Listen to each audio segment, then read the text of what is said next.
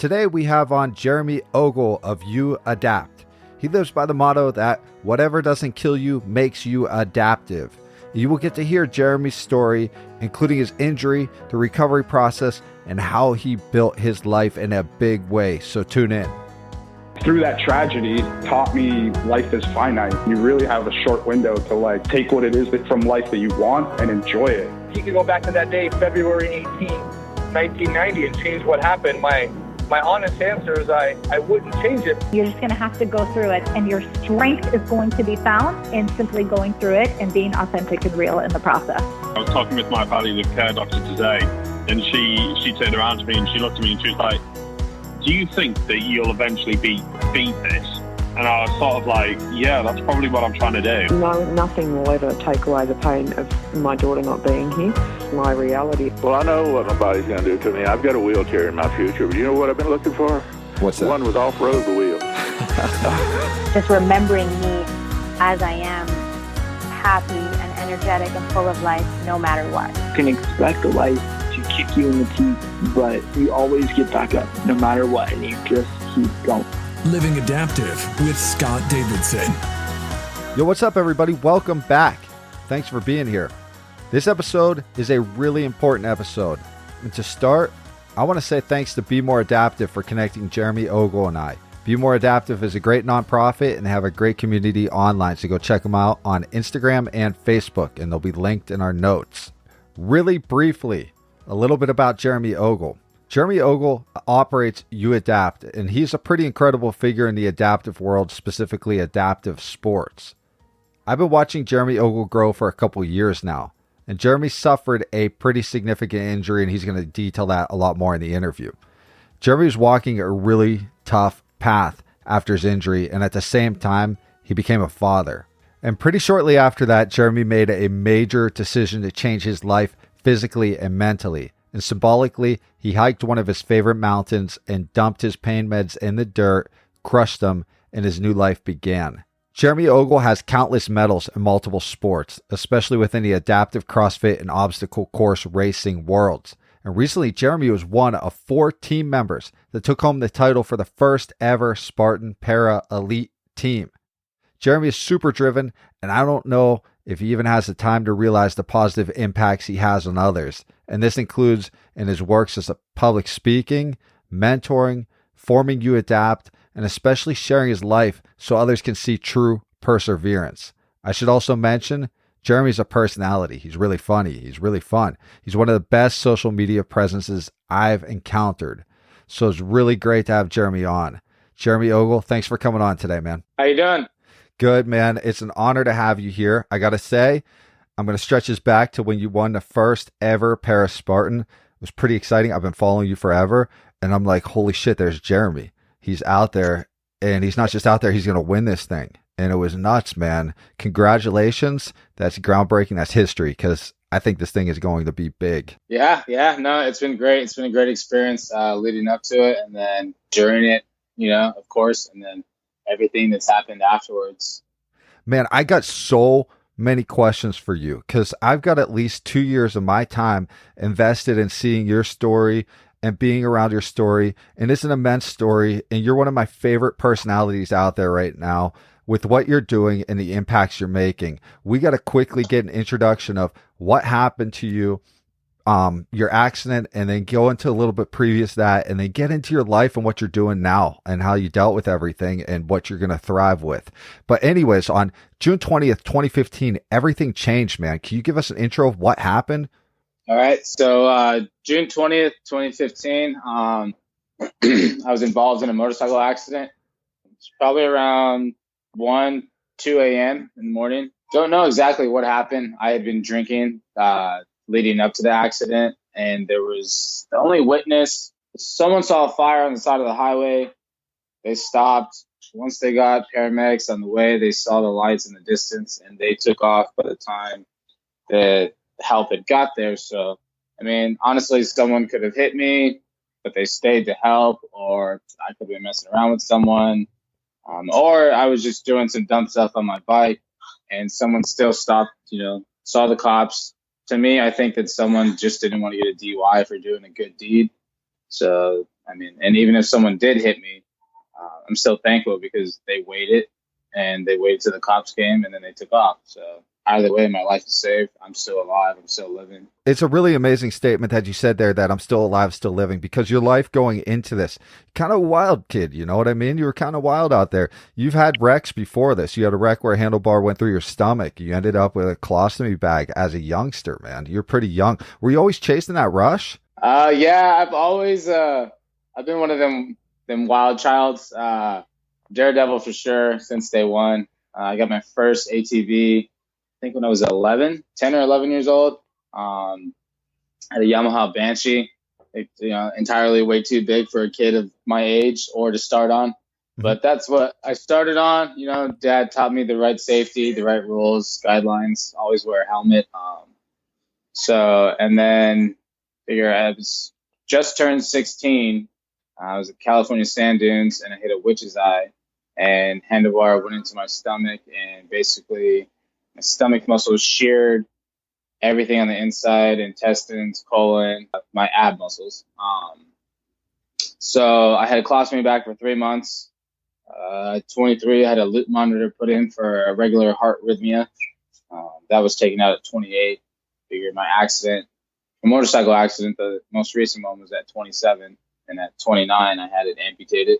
You had a ton of stuff go into it, man. That injury at 16, though, it seemed like you're like, all right, I'm going to shake this off. I'm going to still go play hard, man. And it's like growing up and like going into this as you're becoming an adult. What kind of person were you, man? Were you kind of just like, were you always kind of wild? What was life like prior to the accident, going into the days of the accident? Prior to the accident, I was working I'm a cell tower technician. So I used to climb cell towers. Used to always put up cell phone networks, radios, antennas, lines, all that kind of communication stuff. So I'm used to being, anywhere from 100 to 400 or 500 feet off the ground. Actually, just 2 days before the accident, I had booked with my job and one of my friends, Carl. We were going to New Mexico to climb a 1,000-foot tower to go up and troubleshoot it. That was supposed to be the day after my accident. We were supposed to head out to do that. I worked in Texas on drilling rigs out in the oil field. I was a caser. So I've just always moved around, for work, for fun. I've traveled. I've been on my motorcycle, from Phoenix, Arizona to Chicago, Illinois. That was my longest ride, and we did that in 33 hours straight. So I don't know, always searching for the next thrill. Cell phone towers, man. Yeah, cell phone towers for fun. Wow. That thing is nuts. I can't even watch those videos without feeling like sick to my stomach as they get higher and higher. And you're looking down. Yeah. That's crazy, man. It's a good feeling. Oh no, I don't know if that's a good feeling, man. That's wild. But going into your accident, you at 2015, everything changes, and you wake up and the whole world just shifted. And it wasn't just your arm, your back was also hit too. You had an injury that was impacting pretty much your whole entire core, man, your core system. And laying in that hospital bed, what are you thinking, man? Like, what is life like? Are you thinking life is just shifted? I don't know what happened, or just continue as usual? Actually, at that moment when I woke up, they didn't tell me my arm was paralyzed. I didn't know I was paralyzed. My arm was paralyzed for over 3 months. But in the hospital, I knew that I had a broken vertebrae in my neck and my back. I think it was only 2 vertebrae, C6 and C8. But everything, with as many times I'd been in the hospital, I don't really freak out that much anymore. So it just kind of was just being in the hospital is kind of a norm for me. But, all my family, friends were there. So it just, to me, honestly, it was just another day in the hospital. Did you start living in that what if thing? What if I didn't do this? What if I, did you go to that realm? No, because at the time, like I said, everything was just fresh.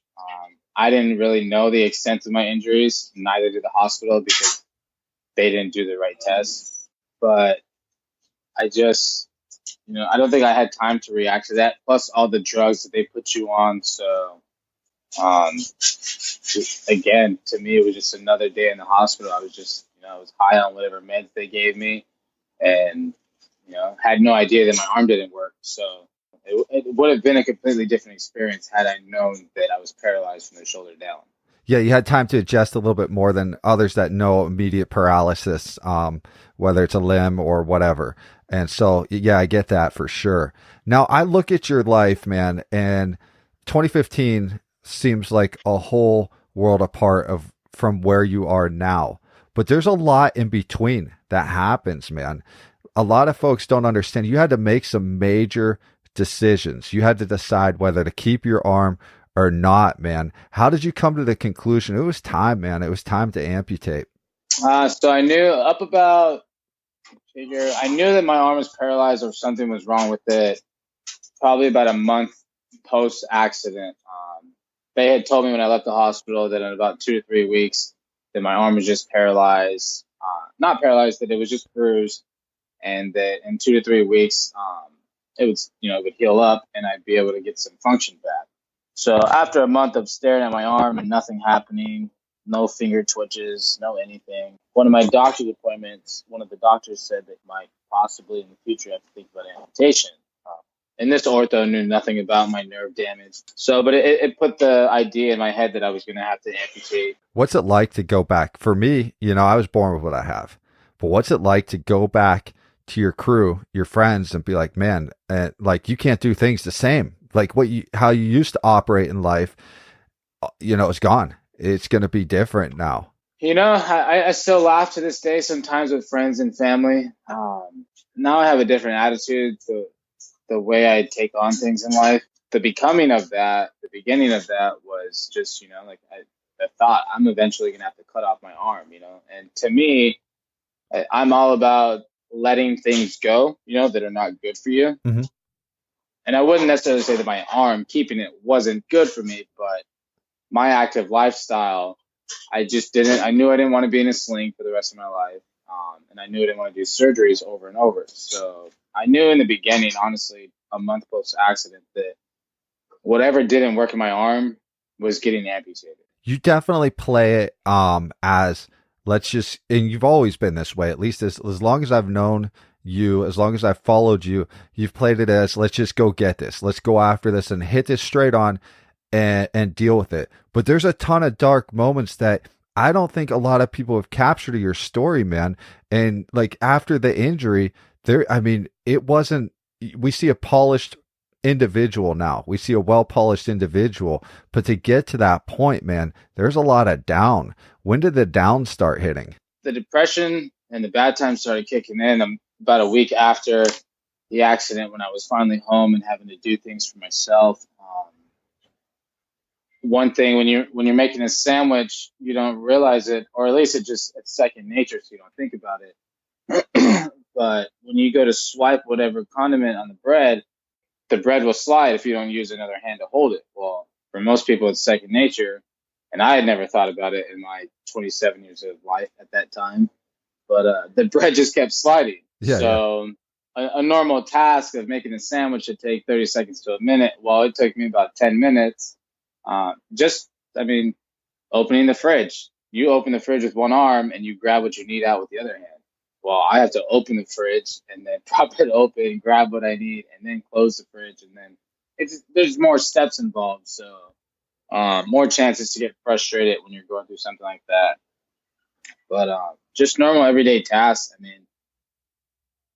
It took me 6 months to get the courage, and I use the word courage. Like most people, you wouldn't use that word to describe tying your shoes. But at 27 years old, I had to be brave and courageous, and will myself into trying to tie my shoes, because I knew that at 27 years old, if I couldn't tie my shoes, that was it was gonna wreck me. I would eventually get over it, but that something so small was gonna wreck me.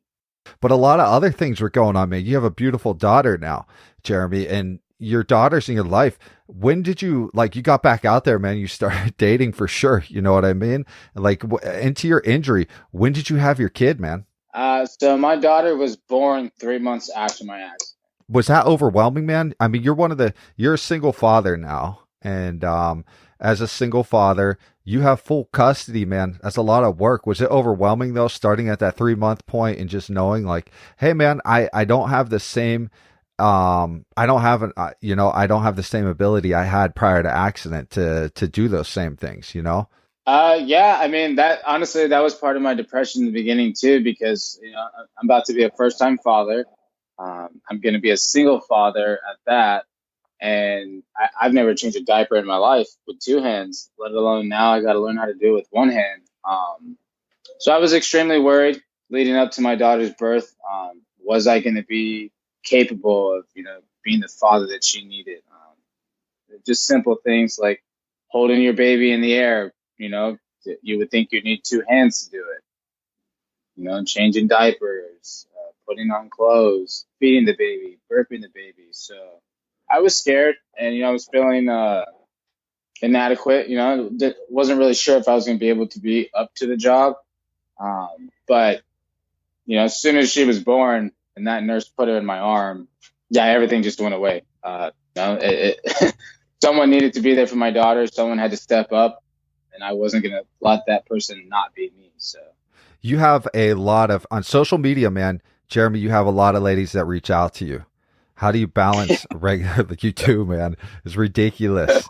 So like, you get a lot of comments, man. As I was preparing for this interview, I'm like, geez, this is, this might be overwhelming for him. You know what I mean? You get a lot of feedback out there. How do you stay balanced with that, man? I don't know where it came from and where like it solidified my way of thinking. This accident has changed me, and it's changed me in a great way for the simple fact that if it's not good for me or if it's not conducive to my happiness, then I won't allow it. So that's a good thing because it helps me stick to my goals. It's unfortunate, I'm still single. I've been single I think I've maybe had 2 or 3 girlfriends in the past 5 years. Mm-hmm. But and it's not so much one of those where like my daughter is my number one, because she is, but I have goals besides that. And getting a girlfriend or having someone who just doesn't, vibe on the same frequency as me, like that'll derail it. Like I need to go to the gym. I am trying to do something bigger than myself, and so I got to stick to my goals. And if someone's not trying to be right there next to me, basically like if you're not trying to grow with me or help grow or do better things in life, to help other people, then it's been real easy for me to just shut that side out. What other things have you shut out, man? Like I know that you had, you talked about, hey, I was drinking, I had this accident. Like, and you cut that off too. Like you moved forward and you were able to be like, it's time to like, I'm choking down. I've got goals now. I got some serious goals. What other things did you cut out and how'd you do it? Drinking. So I still drink here and there. But it's nowhere what it used to be. Mm-hmm. I was a social drinker. So, and then pain meds, all meds of any kind. I'm a big firm believer in that, simple, at least to me, it's a fact that they're not a long-term solution. Yeah, totally. Temporarily, you can do pain meds, sometimes it's necessary and it does help in situations, but pain meds long-term just lead to negative things. So, I've tried different meds, and then once my daughter was born, they tried me on other meds as well that weren't opiates, but they would make me sleep a lot, and you can't really care for an infant when, you're sleeping for 14 hours because of one pill. Yeah. So I've been thankful to where I've had the willpower to just say no to prescription meds, even though the doctors want to give me whatever I want. I told him no, because I can't be the dad that I want to be or that I should be while I'm on these drugs. So you operate on a high level, man. You're always going. You travel a lot. I mean, you're basically like a 70s classic rock band. You're like on tour all the time, man.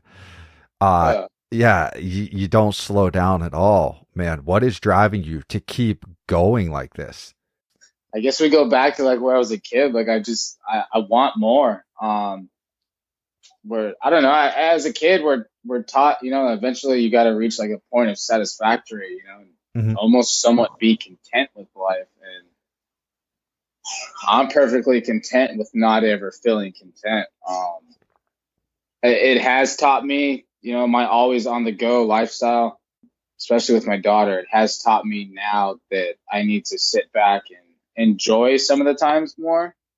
But again, like, I've got a goal, like I'll rest when I'm dead. Like, things need to be done. I have a goal where I want to be. I'm not exactly sure, like, the destination. And I'm glad that I've moved away from living trying to search for a destination. Now I'm just all about the process and the journey, because I mean, that is where it's at least for me. So now I try to enjoy myself.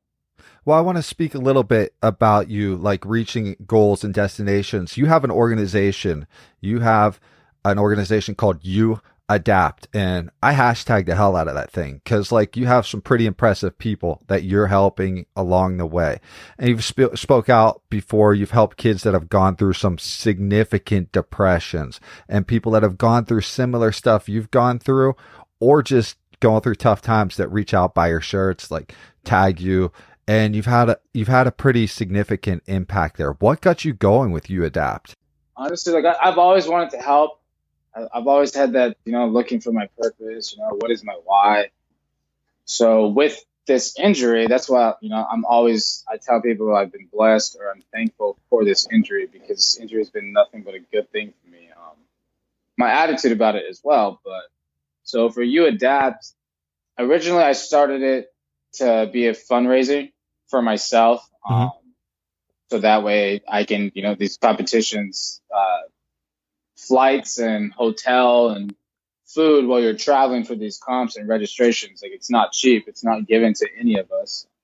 So I originally started it to just merchandise, came up with a little phrase, whatever doesn't kill you, makes you adaptive. So one of my friends said, put it on a shirt, went to a competition, had professional photos taken of it. So that way, when I got home, I could sit there and start marketing. And now it's not exactly where I would like it to be. I would like to eventually one day, hopefully, make it a nonprofit. It's just right now, I don't have the time. I don't have the time to put in the efforts that it deserves. So right now it's just staying a social media handle and merchandise company, but it allows me to give back and to meet other people, and to further my reach. So that way I'm able to help that much more. Yeah, I've seen the impacts, especially you got like a buddy, Travis. Yeah, he's awesome, man. You've mentored kids that are just like you made it seem cool to go through bad shit. You really did. You made it seem cool to go through bad shit. It's pretty impressive, man. Yeah, it's been good. I teach. One of the things when I do motivational speaking, that's how I met Travis, through the United Brachial Plexus Network. We were at a camp, and actually we'll be going back to camp in New York in June. But I've been able to talk to that many more kids and that many more adults that are either born with my injury or have my injury as a traumatic accident, such as myself. But kids can be ruthless. That's their For nature. sure. Try to do better, but a lot of kids, if you're born with somewhat of a physical difference, kids are going to make fun of you, or when it comes time to PE, if you're missing an arm, or if you have an arm that's not fully functional, you can't do, you think that you can't do push-ups, like everyone else. And honestly, you can't do them like everyone else, but I like to teach kids that that's okay and that's cool, because different is beautiful. And guess what? I tell kids, like, when I had two arms, the cool thing to do was one-arm push-ups. Why don't you do one-arm push-ups? And they're like, what do you mean? And I'm like, I guarantee you, if you start doing one-arm push-ups while your friends are doing two-arm push-ups, they're going to want to do one-arm push-ups. And guess who now is a cool kid? Like, a deserving cool kid, So I'm like, you can be cool. You just have to, believe that you're cool. Yeah, I see that. It's made an impact with especially the young population to be someone that was born with something, somebody that went through something, whatever it is. There's been a wider acceptance, and it's almost like, look at the path you've gone, man, and it's pretty badass. But look at the path you've gone, Jeremy. You've gone from a life that was definitely pretty wild prior to accident to where it's at now. What do you think about all that, man? When you look back at where you were prior to prior to June 20th, 2015 to where you are now, what do you see as the big differences between that life and this life now? I want to say it's probably how much more I am for other people than myself. Like, don't get me wrong. I tell people all the time, like, I'm human. I have no problem with being selfish, because you have to take care of yourself before you can take care of anyone else. Or at least you should. That's how I feel. But just back then, before the accident, I wasn't, a complete asshole or whatever, but I did live a very, very selfish lifestyle. Mm-hmm. And there was pretty much no selflessness to it. So now I want to say the big difference is that I'm more for others than I am for myself now. My daughter being number one, obviously, but kids such as Travis, like you mentioned, everything that I'm doing, it's with kids like Travis in mind.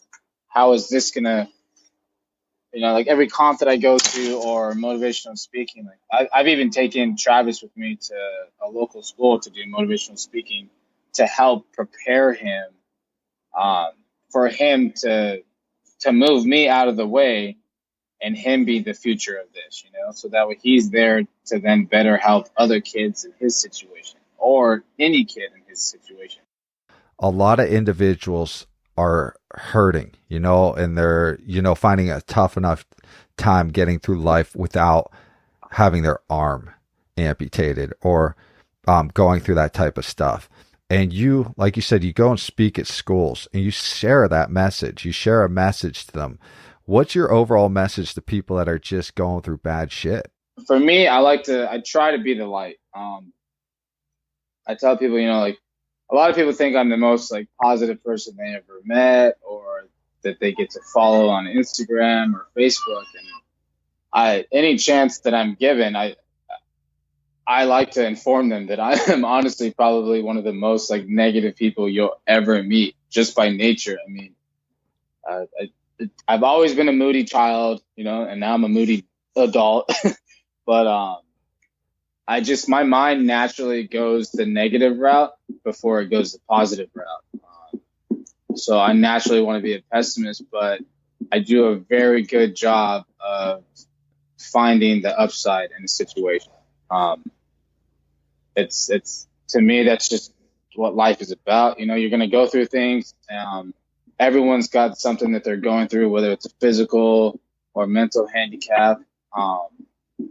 And you just got to remain positive. Because eventually, if you're waiting for something negative to happen, eventually something negative will happen. Well, the same thing works if you're positive. So I just tell people to just remain positive and just do their best to be the light, I would be remiss. I would be stupid if I don't take the opportunity to now fire a bunch of questions. I've had so many questions I wanted to ask you for a long time, and I'm just going to start firing a bunch more. Did you have, because I've been curious about a lot of inner workings of your story. Did you have a big support system when it all went down, when your accident went down?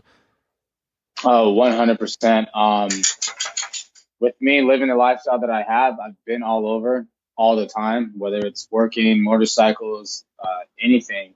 So I have never been alone. I have never been made to feel alone, and I've never thought that I've been alone. Do you see yourself in the future having huge impacts and say you're very often tethered to adaptive athletics? You're more than that, but you're tethered to it. Do you see yourself opening up a CrossFit gym or starting a new cert for adaptive CrossFit? Like, do you see yourself making big waves in that area? Yes, I do. I'm waiting to get my cert for adaptive CrossFit, so that I can start coaching myself. It's just my level 1, but on the adaptive side of it, that with running, at least for me, the way I'm able to help, the way I know how to right now, is adaptive athletics, through fitness. helping people regain their life, empowering them through fitness by showing them what they are capable of doing. So yes, 100% in the future, this is where I would like to be. What organizations like do you think of that have been like a huge impact on you, maybe motivating you or supporting you? Will Watts, they're an adaptive CrossFit organization. They do other things as well. There's Crossroads Adaptive Athletic Alliance. They've been there. They help you if you need grants, if you need schooling, grants for schooling or grants for athletic, for equipment, for travel. There's Adaptive CrossFit. And then now I've been reaching into Spartan, the obstacle course races. They have been there real recent, but in the last 6 months, they've been there to help implement basically a new path for adaptive athletics, and giving us the respect that we deserve. Yeah, I need to state that Spartan's been great, and I know I guess the CEO, I don't know what he would hang out with Challenge Athletes Foundation. They had a good relationship, and it's cool to see that this is lifting off the ground. Where do you see adaptive athletics when it comes to Spartan and other realms, just overall? Where do you see it going? I see it blowing up. You're starting to see, even with the Paralympics, the Team USA has actually started putting like the real funding into its programs and what their athletes deserve. They'd always only received a portion of what an able-bodied Olympic organization would receive, and now the money's been bumped up so that way more research and more studies can be done. And as far as Spartan, that's just continuing to rise and rise. And every day we're finding more and more new athletes or just people in general that have a physical or cognitive handicap or disability, whatever you want to call it, wanting to get out on the course. Because it's empowering to be on that course, to do a Spartan, get over the obstacles, whether you do it alone or there's help 100% every step of the way. Someone will help you. And so for someone in a wheelchair, like, you never think you're going to get over a 7-foot wall. Well, when you've got 8 other random strangers there that want to help you, guess what? You get over that wall through teamwork, through community. And to me, that's what Spartan's about. So it's great. I like it. It's empowering, and adaptive athletics is only going to go up from here. Yeah, I think so too. I thought I saw a funny video of you. You're in Seattle and your buddy is in a chair, and then like two dudes like come up, and you're just laughing like, I don't give a shit. This is awesome. You know what I mean? Like, it's all muddy. It's so funny. It was fun. Yeah. That captures you though. Dude, that captures you though, Jeremy, is that like, you're just like, you put yourself out there. When did you finally get to that place where I'm comfortable sharing my story, and I'm not just comfortable, I'll take pictures, I'll video it, I'll put myself completely out there? When did you get to that point, and how? I want to say I first started putting myself out there. Your accident was June 20th of 15. My first day of CrossFit was, I want to say it was May 1st of 2016. And 2 months prior to that, I started going to the gym. And the whole point of me going to the gym was so that way I'd be able to hold my daughter for as long as possible. Because, eventually holding a baby with only one arm, like that gets tiring. So I just wanted to get strong enough to where I could hold her, at least if she was 2 or 3. 2 months of the regular gym got boring for me. I like to do more than just traditional bodybuilding. Yeah, for sure. So I saw someone doing the Murph workout. So then I was interested. I went to CrossFit the next day. Literally everything's happened so fast. 3 weeks after my first day of CrossFit, I was at Rush Club, which was a CrossFit competition, like a one-on-one style. And they had adaptive athletes there. Well, I got to witness them still working out, still doing crazy things. So that's kind of sparked the interest. While the owner of Rush Club and CEO, he asked me if I would make a video. So that was my first experience with putting myself out there. I got to share my experience, and what Rush Club did for me and what it, sort of sparked inside of me. No, as far as being vulnerable, got reached out to last night from a friend of a friend. Basically just thanking me for putting my story out there and sharing all the different experiences that I've gone through and still continue to go through. Because to me, I've always felt that, we like reading in books or we like watching TV shows or documentaries and being able to relate to someone.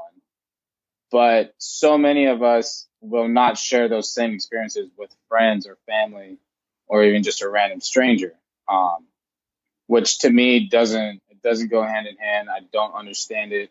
Why would you seek and search for someone else going through what you're going through, but then not be that person yourself? So for me, I would rather share my life.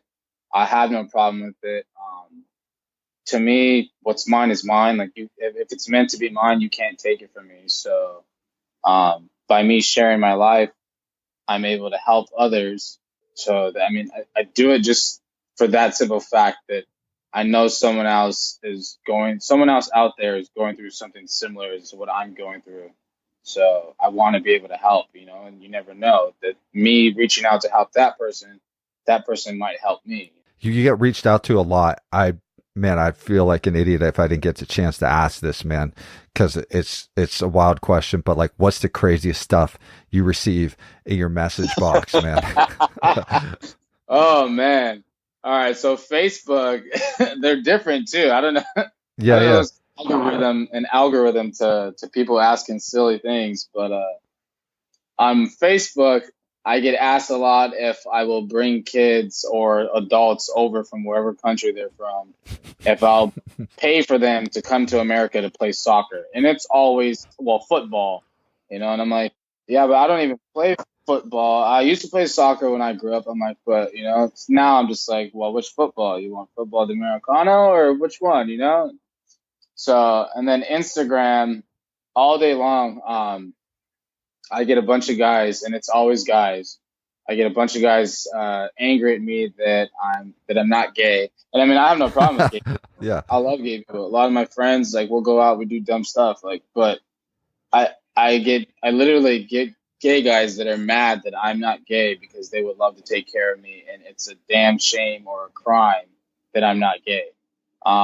There's a lot of money, maybe.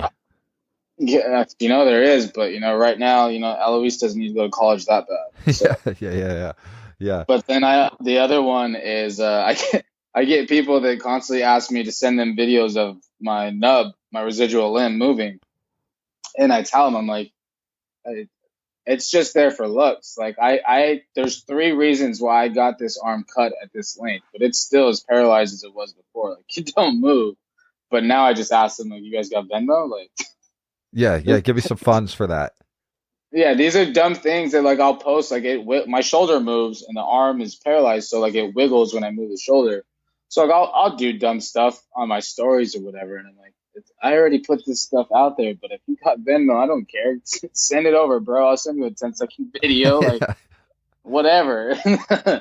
No, I got the arm cut at this length because.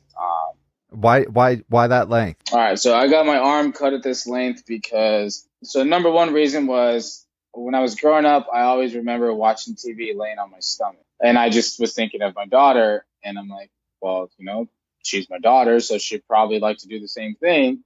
So me, I'm just thinking in the future, while she's watching TV laying on her stomach, on her elbows, I have my arm cut at a good enough length where I can just put a pillow down and I can rest on 2 points of contact. Instead of just the one arm. And then I got it cut at this length because the more length for the imbalances, having more weight on my left side helps to keep me a little bit more balanced versus if I cut the entire arm off. And then 3 was just because where I have it cut, the end of my residual limb sort of sticks out on average about an inch out of my shirts, and to me that just looked good to me. So yeah, I like that, man. I liked it. You had the 3 points already set out. You knew exactly why and where it was going. That's crazy, though. I know you received a bunch of crazy messages. We have mutual friends, and you work with Be More Adaptive, too. You rep them sometimes. How'd you get involved with Be More Adaptive? With Be More Adaptive, I'm not sure what you would call Caitlin. She'd be the founder. I don't know. It's a nonprofit, so I don't know if they're CEOs or whatever they are. But Caitlin is one of my teammates on Team Some Assembly Required.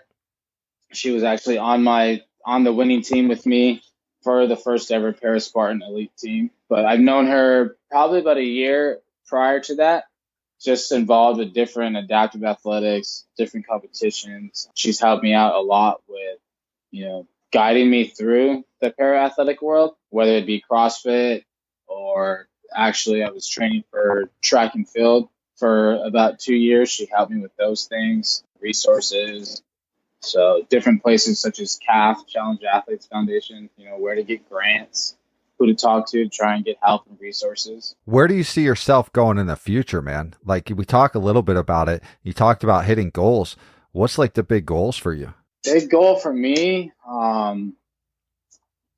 these are tricky questions these days too, because I just got asked the other day, like, what do you want to do? Or what's something that you've always wanted to do? Yeah. And legitimate thought in my head, I'm like, I've kind of done everything I've ever wanted to do.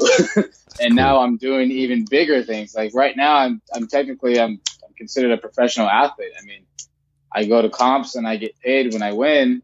So by technicalities, I'm a professional athlete. I just don't have a reoccurring check every month. But I think for me, where I would like to be is, again, with adaptive athletics, either have you adapt as a nonprofit and running that so where I can help other individuals, kids, adults, find the resources that they need, or just part of another organization. Because to me, I get it. Everyone wants their own Kool-Aid, wants their own name on this and that. But I don't know. I'm a firm believer that we don't need 1,000 different organizations trying to do the same thing.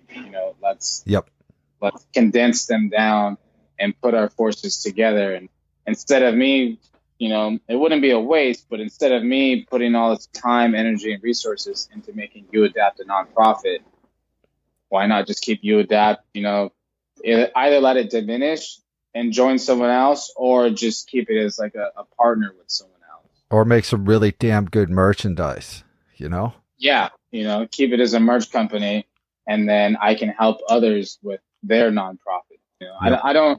I've grown to no longer need, I no longer fuel my ego. Again, I am human. I do like, oh, Jeremy Ogle this, Jeremy Ogle that. Like, that is cool. Like, I don't care what anyone says. I'm not ever going to feel bad about feeling good about that. But I don't need to boost my ego. Like, I have everything that I need inside of me, and now I want to help others. I want to help others find that, tap into that potential that they already have inside them. You've gone through struggles. You've also hit a lot of glory, if you will. You hit a lot of high points, and there's ups and downs all the time. But what is everything? Going through a lot. You've gone through a lot. What has this all taught you about life, man? That it can come and go as you please. There's no guarantees. It has taught me that, it's much bigger than I am. It's not all about me. And I do like that. That's why I like spending so much time in nature, out in the wilderness, camping, hiking, any of that, just because I'm constantly reminded of how small I am, So it's just, if there's anything I can take from it, it's that, you get more out of life when you're helping others versus when you're just trying to help yourself. Life is so short, man. It's a glimpse, and everything goes so fast. As you know, as a parent, I'm sure you're like, wow, I can't believe how far my daughter has grown. It just seems like, gosh, yeah, you got to take it while you can. Yeah, it's wild looking at my daughter. She's I call her my light, just because she's what sparked all of this. I 100%, sometimes I forget that I am the one, driving the train, or at least steering it. So, I mean, I do have a part in where I'm going and how I've gotten here. I put a lot of my glory or a lot of my accomplishments on other people, you know, for helping me to get there. But I think that's also a way of me just shifting my way of thinking instead of just, you know, yeah, I got here. Yeah, I won this. Well, I mean, I like to think back, you know, like, oh, well, I kind of won this because that person over here sponsored $200 running shoes. You know, this person over here bought me my workout clothes. This, you know, my aunt, she watched my daughter 2 times a day every time I go to the gym, 2 to 3 hours a piece, you know, like, so and everything is true about what I just said, you know, it's just sometimes I forget to thank myself, you know, for doing what I'm doing. What would you want people, you've done a million interviews, man. You've probably done hundreds, you know, in the last year, last few years, you know, realistically, who knows how many people asked you stuff and then just wrote it up or peeled off some of the layers from other interviews and regurgitated or whatever. What would you want to say that hasn't been said in interviews before about you? I like these questions, you know, because they make you think. I'll probably take a page from Caitlin's book. She told me I need to start talking about this more. So I guess it's just so much like my downside. I do a very great job of always looking for the positive. Mm-hmm. So, and I mean, I have no problem. I always tell people, feel what you feel. You know, if it's negative, feel it, you know, don't live there, but feel it. So I think one of my biggest problems is when it comes to the negatives or the downs, I don't spend as much time as I should feeling them, like being in my emotions, in my feelings. So that way I can better understand things. And I mean, there's so much to discover in yourself in those moments. Sometimes I'm not upset with it. Like, I'm very simple with the way I do things, you know, like, you know, if it needs to be done, get it done, you know. I don't have the paragraphs or whatever. And that's what I need help working on. So that's what I need help working on. But I guess it's just feel what you feel. It's okay to feel down. It's okay to feel useless. It's okay to feel inadequate. Because to me, I mean, it's just like with failures. Like, I mean, to me, a failure isn't really a failure unless you just quit and give up. One of the things with training that I was taught at the Adaptive Training Foundation, it's a 9-week course, and on the 9th week, they pretty much push you till failure.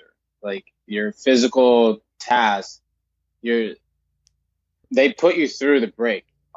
They want you to fail. They want you to break down. Because, I mean, not to compare it to military training, but they got to make sure that you're capable of reacting in a way that is necessary when the time comes, you know, in a real live situation. So sometimes I feel bad because of how simple I am with it. It's just, you got to feel what you feel. You know, it's okay to be down. It's okay to not feel okay. I think that's common, man. I think what you're saying is so common, like that feeling of, I think the biggest one I've been hearing lately, like when we dig really deep, is like abandonment. Like, hey man, I'm going to be alone, or I'm going to be this, or I'm inadequate or something. And it just messes with the head. It just, the people beat the shit out of themselves with those thoughts, you know? Yeah. I just, you know, and I get a lot of questions too about dating.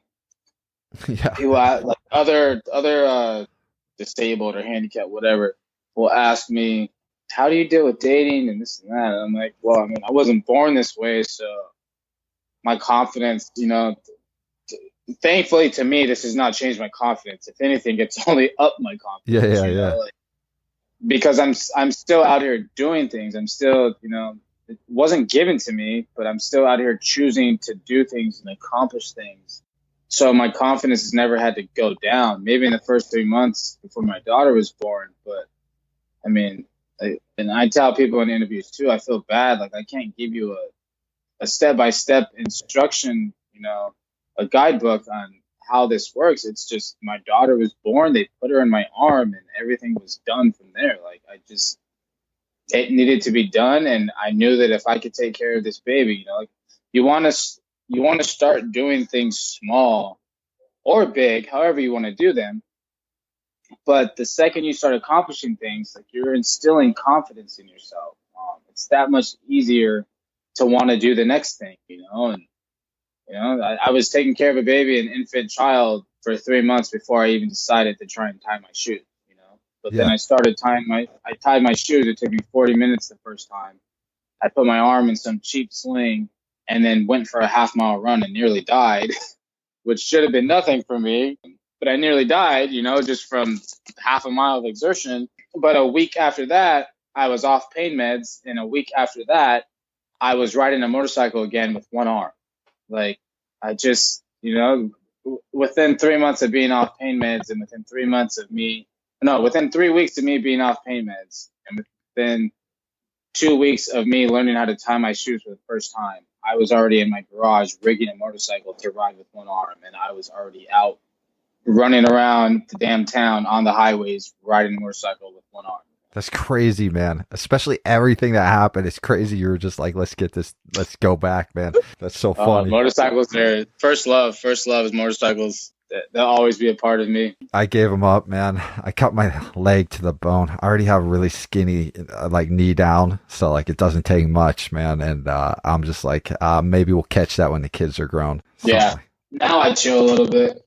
You know, at least I'm a little older now. I'm at the point where I'm ready for another bike, even to just ride it on the track. But I'm also smart enough to where I know that if I get a motorcycle, everything I've been working towards will go out the door because I just love riding. So all my free time would be spent on a motorcycle. Instead on a course or in the gym. Yeah, you know, so right now, again, you know, that goes with my goals, you know. I'm trying to do more. I don't exactly know where it's going to lead me, but, you know, I just know that I'm not meant to be a slave, you know, and it's fine. We got jobs and stuff, but, you know, even my work now, the people that gave me a job, they pretty much just gave it to me. But I just, you know, I get to leave whenever I want. They're fully supportive. They'll let me leave for comps, for anything at a day's notice. Sometimes even give me money to help, you know. But I can't, especially being a single parent, I can't juggle 40-hour-a-week job with being a full-time single parent, needing to train, and then still needing to go to comps here and there, you know, once or twice a month. I could do it, but I'm not trying to stress myself to that level.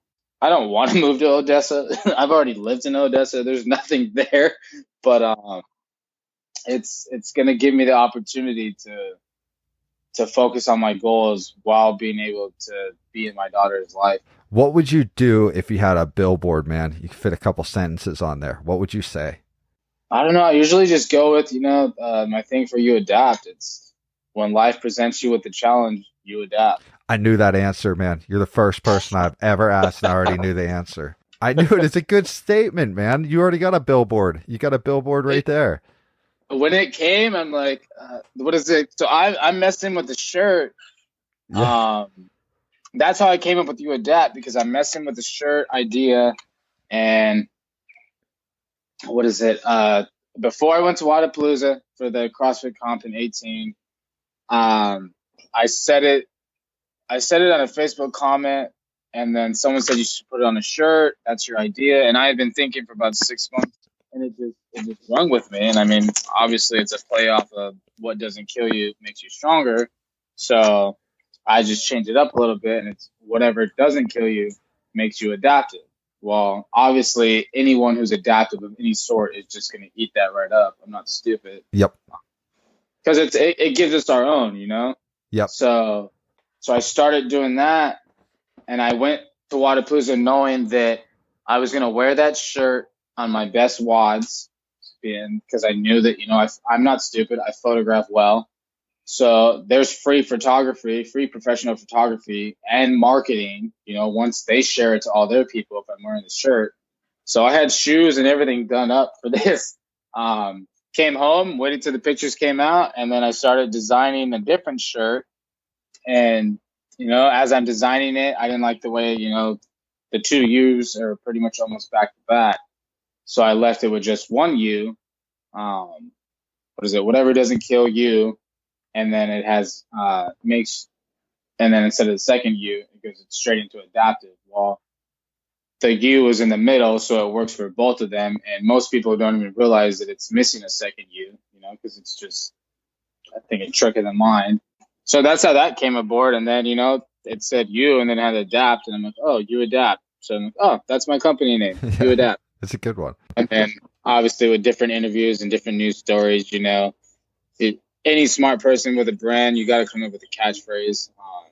And for me, the whatever doesn't kill you was my shirt idea. It wasn't my catchphrase or my slogan or whatever. So now to kind of close this thing out, man, if you got anything else you want to share, throw it in here, because you have such a robust story. So I just want to leave it open. Is there anything else you want to share with us?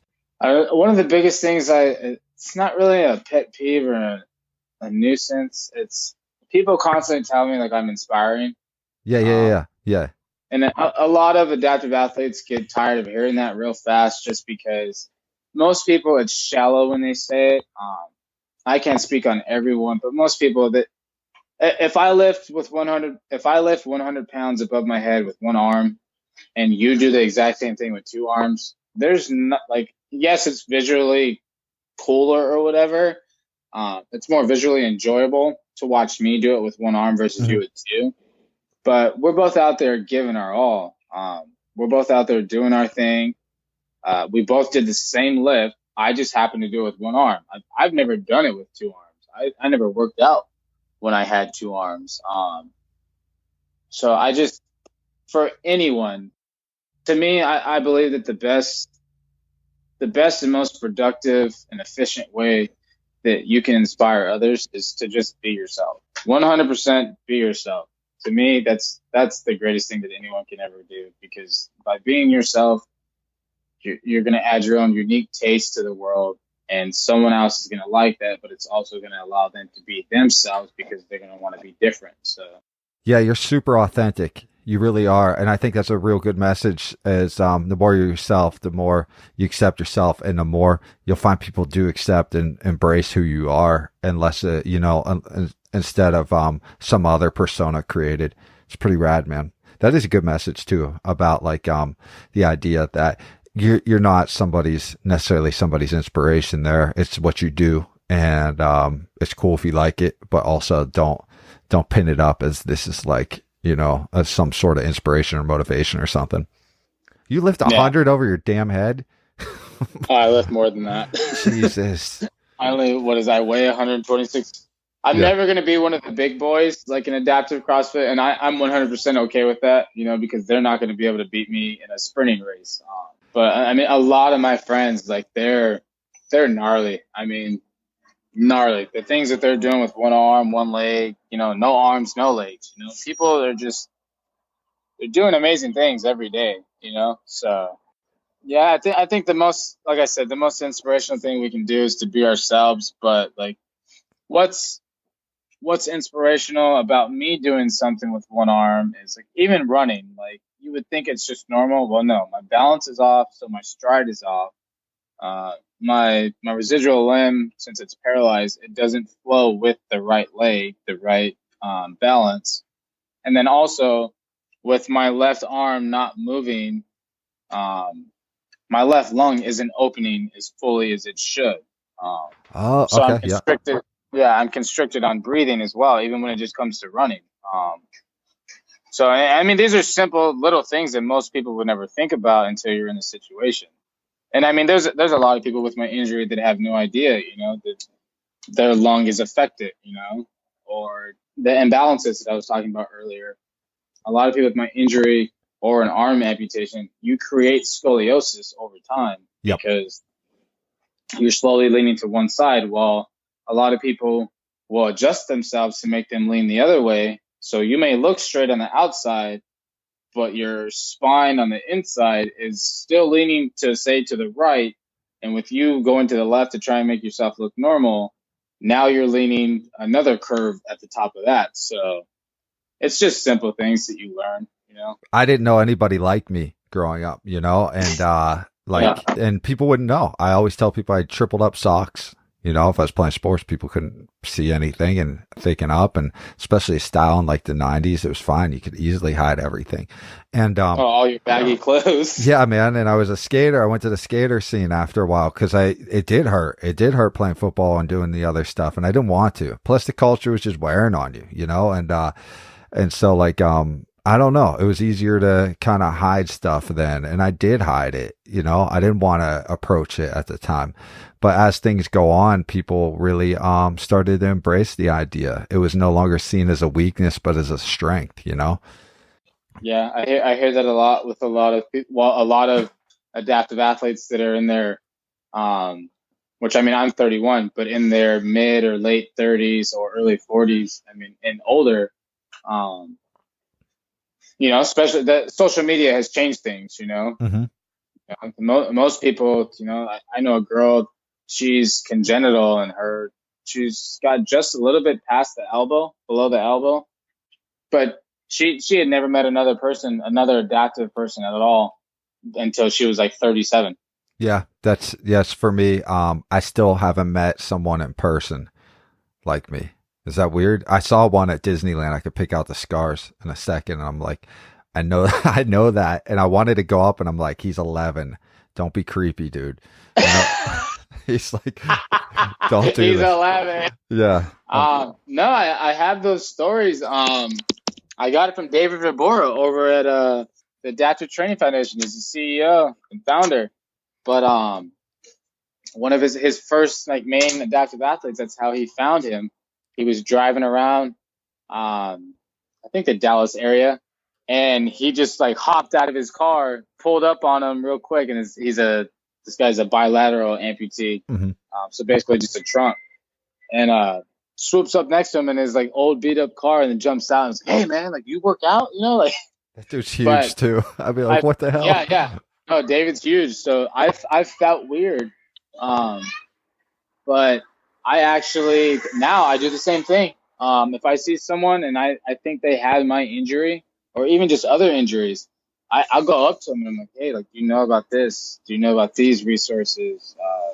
I see you're over here you're doing some sort of running drills. Do you know that like there's Paralympic training centers? Do you know that there's, you know, adaptive athletics out here that help you with coaching for how you should be coached versus like a regular, not to say that we're not regular, but like an able-bodied person, like there's different techniques and I mean, I've met a lot of people, and I met a girl who's hit on a motorcycle a month before me and has the same injury. She still has her arm, but she does this thing called the AZ Jam Tram, and she was hit by a drunk driver. Well, now she drives around this big old box truck that's fully done up like an EDM scene, like almost a rave, and takes you around town for $5 to $10 to keep you from drinking and driving. Whoa.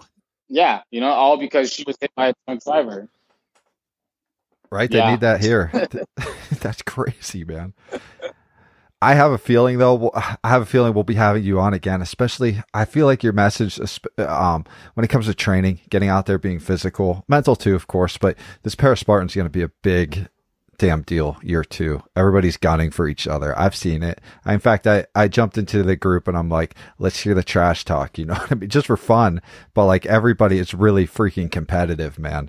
And we're going to pick your brain on that. And we're going to get in there. You know, you guys actually have the experience. I'd love to see you guys commentating for ESPN and, you know, at some point being like, this is what they're up against, you know, it'd be really cool. Yeah, no, that would be great to have, you know, someone who's been there, someone who's doing it, to commentate. I mean, again, like I said, I'm all about bigger picture now. I don't need to be the front and center of this and that. Mm-hmm. I have my own things that I'm doing. So, yep, agreed. You definitely do have your own things going, and that kind of reflects who you are. Is that you're all about the bigger picture and helping the adaptive community as a whole and anybody else that's just struggling. And we really can't encapsulate who you are in this one interview. And as I said just a bit ago, I fully expect we'll get another chance to sit down with you and hear what you're up to. And I really look forward to that, and just, going and seeing what you did next. I think it will be really interesting. Now, for you listeners, we will place Jeremy Ogle's social media pages in the show notes, so you can go follow him. You can reach out to him, contact him. Jeremy, I really want to say thanks for coming on, man. Thank you for sharing your story. It really is an impressive story, and I see such huge things happening in your future, and it really is a big honor for me to finally get a chance to speak to you. So thank you so much. I appreciate it, Scott. Thank you for having me. That's our episode. Just a quick reminder, head over to livingadaptive.com to find previous episodes, show notes, contact for guests, writings, and a whole bunch of other good stuff. So go there. Also, if you get a chance, please leave us a good review in your favorite podcast hosting application. Apparently, these reviews help others locate the podcast and also our guests and supporting organizations. So go ahead and do that. All right. Thanks for listening. Peace.